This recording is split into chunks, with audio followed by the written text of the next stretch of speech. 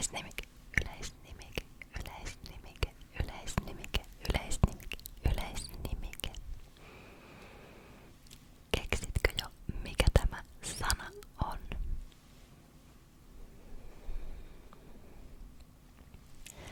Sitten olisi kolmas sana.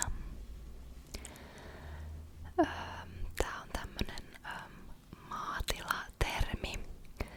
Mun mielestä lehmät asustaa täällä. Missä lehmät asustaa? Missä lehmät asustaa? Mikä on lehmien koti? Eli mikä tämä sana on?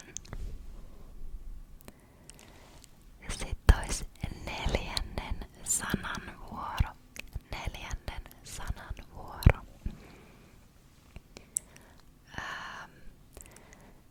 Näitä poltetaan syksyisin. Mikä syötetään syksyisin? Tulitikulla. Yleensä näitä voi olla vaikka sohvapöydällä olohuoneessa. Ne luo mukavaa tunnelmaa. Ja mihin tää juttu sitten laitetaan? Elikkä yksi sellainen, joka sytytään syksyllä, varsinkin jos on semmonen pitkulaisen muotoinen, niin se laitetaan aina tähän ennen kuin se sytytään ja näin se pysyy sitten pystyssä. Eli tää on yhdyssana. Mikä tämä on? Mikä tämä on? Mikä tämä on? Mikä tämä on? Joko keksit?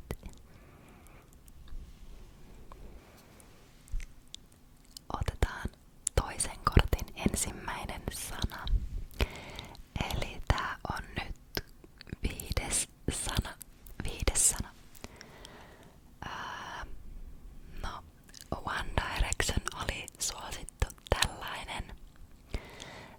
Tai vaikka Beatles. Tai tällä hetkellä Suomessa vaikka Blind Channel. Ja nämä on ollut itse asiassa kaikki poikaversioita tästä.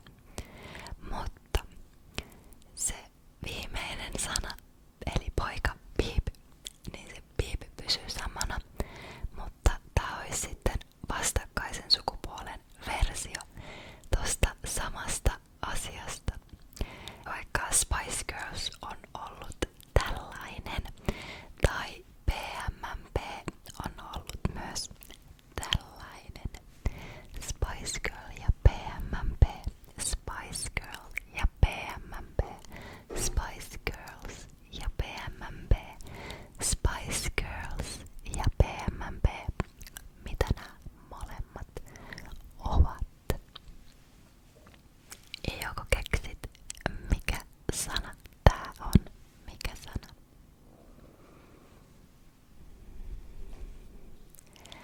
Sitten olisi sana numero 6. Eli tää on vähän vaikeampi. Jos jostain asiasta tehdään ihan samanlainen kopio, niin mikä se